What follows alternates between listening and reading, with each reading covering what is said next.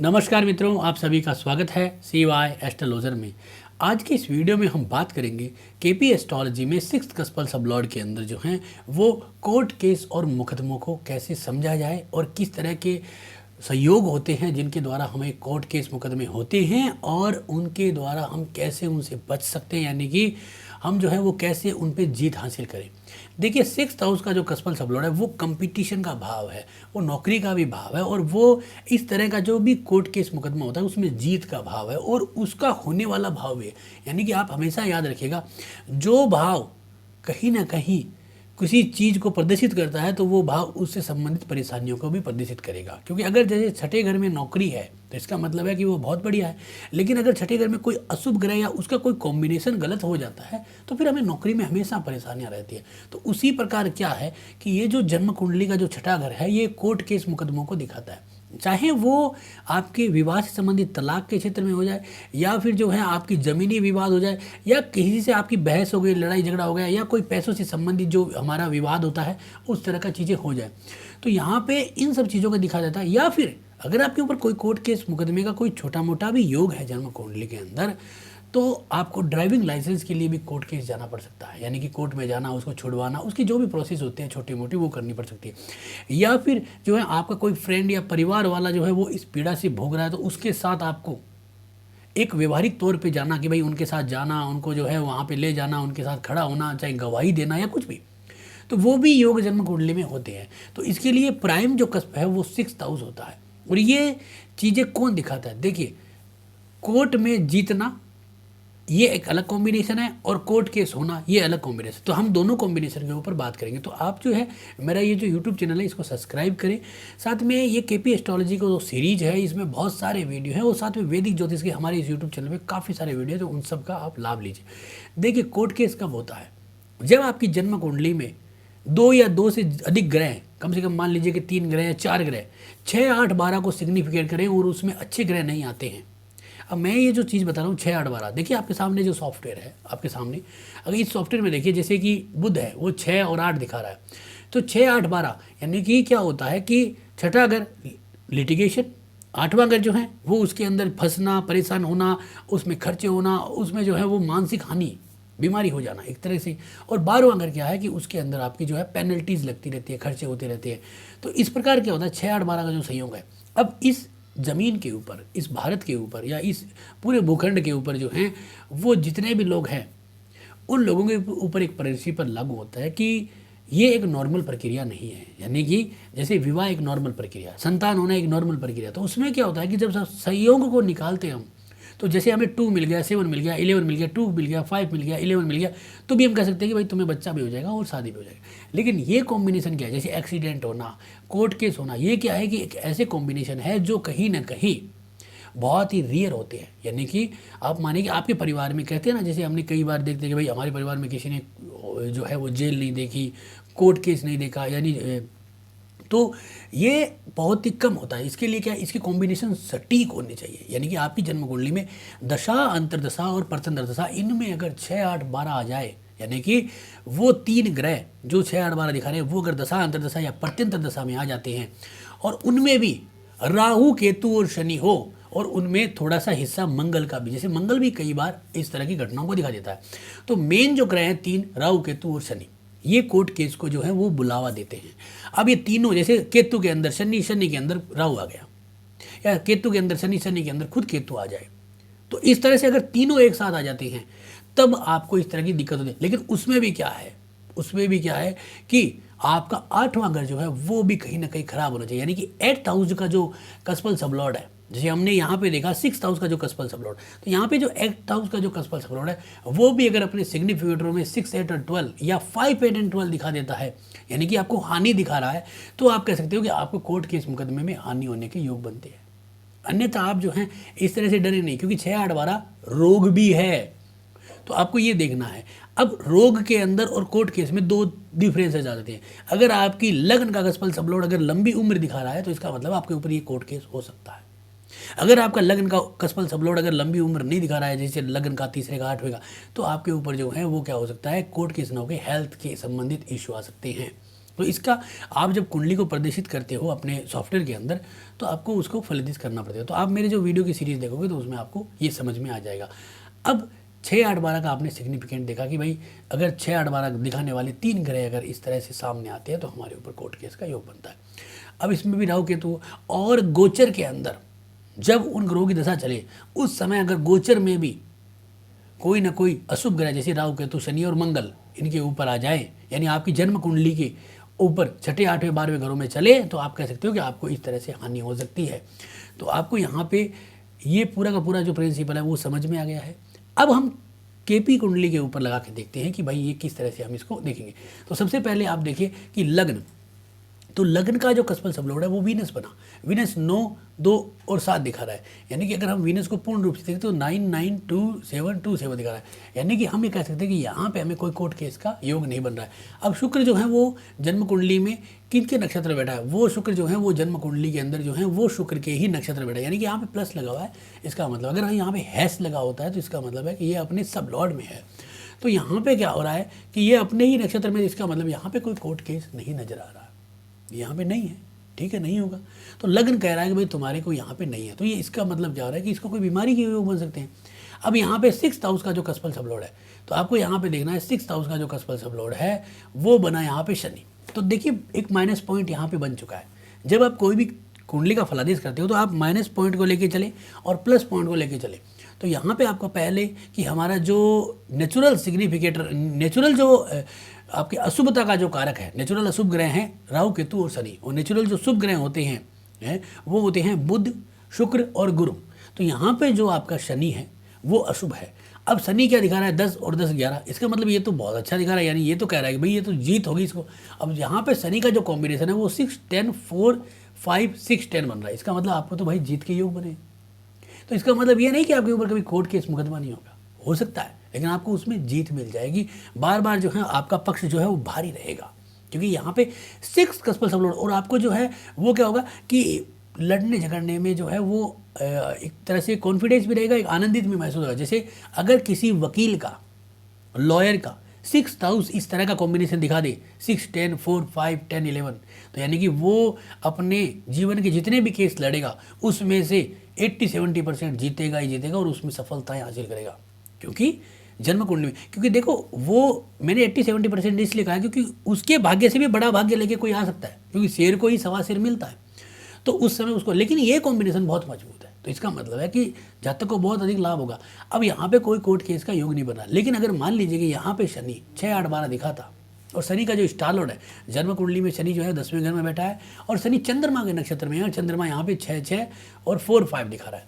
तो यहाँ पे क्या है कि आपका 6, 8, 12 नहीं है, इसका मतलब है कि यहाँ पे इस जातक को नहीं है। तो हम ये देखते हैं कि हमारे जीवन में बहुत सारे लोग होते हैं जिनको कोर्ट केस नहीं होते, जीवन में देखा ही नहीं होता उन्हें अदालत और इस तरह की चीज़ें। अब यहाँ पे अगर 6, 8, 12 जैसे संयोग अगर दिखा था तो जातक को कोर्ट केस होता। वो कब होता, वो आपको क्या करना पड़ता है, इन दशाओं में देखना पड़ता है। मान लीजिए कि ये जो आपकी दशाएं हैं, अब आपको यहाँ पे कोई भी दशा चले तो आपको यहाँ पे देखना है कि भाई राहु 2030 में आएगा, राहु के अंदर शनि, अगर वो ग्रह दिखा रहे हैं या फिर जो ग्रह यहाँ पे सिग्निफिकेट कर रहे हैं 6, 8, 12, जैसे कि यहाँ पे मान लीजिए कि चंद्रमा सिग्निफिकेट करता, शनि और चंद्रमा, तो आपको शनि की अंतरदशा या शनि की प्रत्यंतर दशा में और उसके अंतरे और प्रत्यंतरों में देखना पड़ेगा। तो वहाँ पर आपको पता चलेगा कि भाई अगर ये तीनों ग्रह एक साथ मिल रहे हैं और उसके ऊपर कहीं ना कहीं, जैसे मान लीजिए कि चंद्रमा अगर यहाँ पे 6, 8, 12 दिखा रहा है और चंद्रमा आपकी जन्म कुंडली में 6ठे घर में ही बैठा है। अब इस चंद्रमा यानी कि कन्या राशि के ऊपर मान लीजिए कि शनि ने गोचर कर दिया, राहु केतु ने गोचर कर दिया, तो आपके ऊपर कोर्ट केस के योग बन सकते हैं। उस समय आपको कोई भी अचानक कोर्ट केस होने का योग बन सकता है। तो अब आपको ये कॉम्बिनेशन याद रखना है कि यहाँ पे 6, 8, अगर आपके जन्म कुंडली में अब आपके ऊपर कोर्ट केस हो चुका है, मान लीजिए अब आपको आने वाली जो दशाएं हैं और आपको लगता है कि इन दशाओं में हमारा कोई निष्कर्ष निकल सकता है, अगर उस दशा के सिग्निफिकेटर, जैसे मान लीजिए कि आपके ऊपर कोई कोर्ट केस चल रहा है किसी व्यक्ति के ऊपर और लगता है कि भाई जून के अंदर जो है वो मंगल आएगा या फिर जून के अंदर जो है वो आपका राहु आएगा। अब राहु के अंदर इस समय के लगभग मुझे जो है वो कोई ना कोई निष्कर्ष निकल सकता है। अगर वहाँ पे वो ग्रह 5, 8 और 12 दिखा देता है, यानी 5वां घर क्यों, क्योंकि वो कंपटीटर को लाभ है और हमारे को नुकसान है, 6ठे घर का 12वां है। तो इसका तात्पर्य क्या है कि वहाँ पे हमें नुकसान हो सकता है, वो कोर्ट केस हम हार सकते हैं या हमारे को वो पेनल्टीज लग सकती है। तो तो इसका तात्पर्य क्या हुआ कि आपका कोर्ट केस तो हुआ ही हुआ 5, 8, 6, 8, 12 के द्वारा, और 5, 8 और 12 के द्वारा, यानी कि ये जो कॉम्बिनेशन है उसके द्वारा आपको जो है नुकसान भी हो गया। तो आपको केपी कृष्णमूर्ति के अनुसार ये आप आइडिया लगा सकते हैं, चाहे आपके 6 कस्पल सबलॉर्ड कितना भी 6, 10 दिखा दे, अगर आपका जिस समय उसका परिणाम आने का समय है लगभग भैया, क्योंकि ये तो कोई फिक्स नहीं है कि परिणाम जो इस समय आएगा, तो अगर आपका उस समय परिणाम आने के योग है, वहाँ पे इस तरह का योग बनता है तो आपको दिक्कत है। जैसे हमने कई सारे इस तरह के केस सॉल्व किए, तो उसमें क्या होता है कि अगर आपका बुरा वक्त है तो हम कहते हैं भाई तुम इसको घसीटो, तुम इसको निकालो, समय को कैसे भी निकालो, चाहे वो भाई किसी भी तरीके से, आजकल हजारों तरह की परपंडे चलते हैं, तो उस तरह से आप जो हैं वो निकाल सकते हो उस समय को। तो आप अगर उस बुरे समय को थोड़ा सा आगे निकाल देते हो तो आप उस बुरे समय से बच के आगे निकल जाते हो।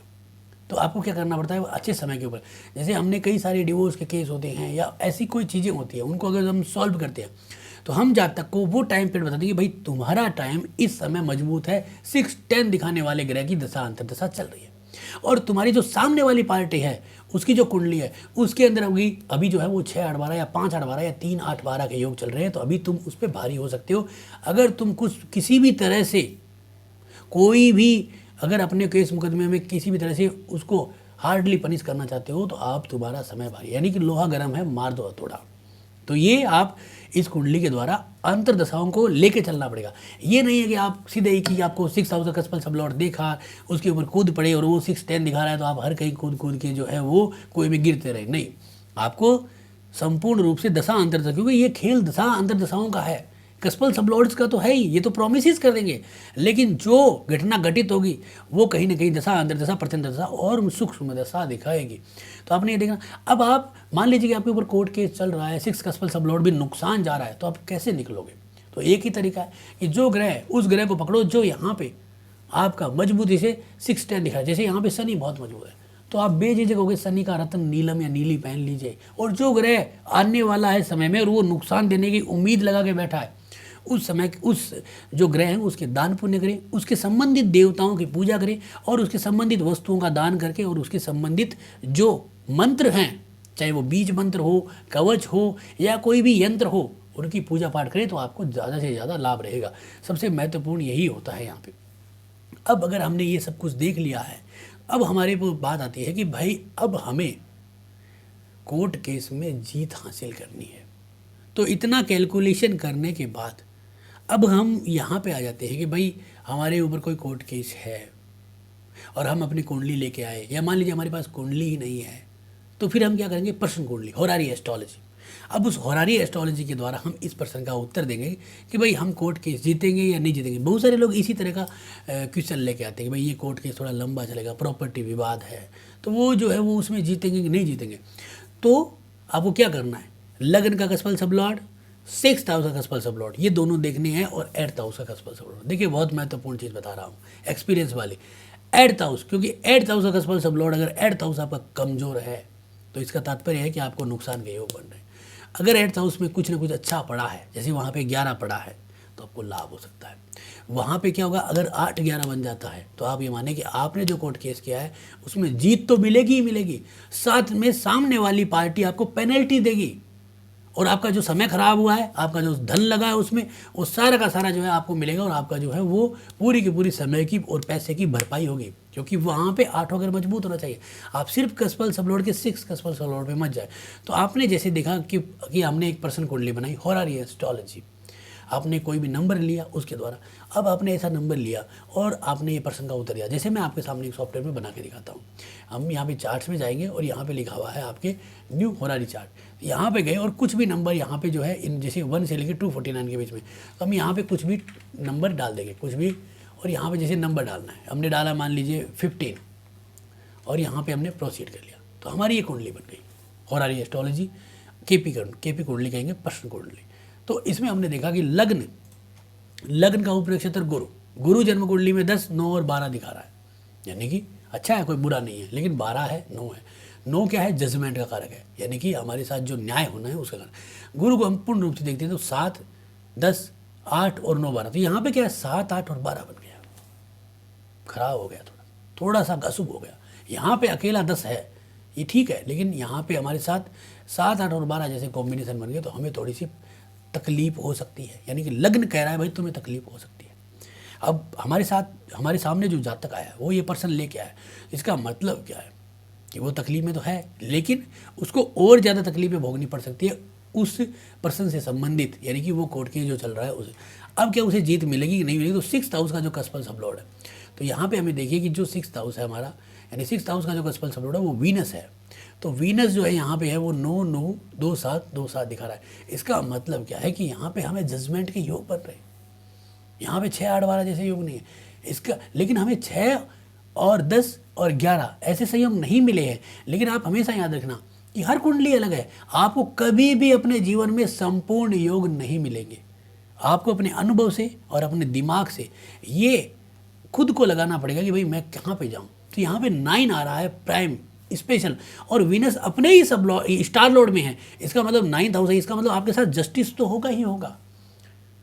तो यानी कि आपको कुछ मिले या नहीं मिले, पेनल्टीज मिले या नहीं मिले, लेकिन आपका जो है वहाँ पे पूर्ण रूप से न्याय होगा। यहाँ पे 9 2 7 आ रहा है, तो इसका मतलब आपको लाभ जरूर होगा। तो यहाँ पे आप प्रश्न कुंडली के द्वारा इस तरह से देख सकते हैं। तो आपने इस वीडियो के माध्यम से ये देखा कि court case 6th house 6th कस्पल sublord के द्वारा कैसे देखा जाता है।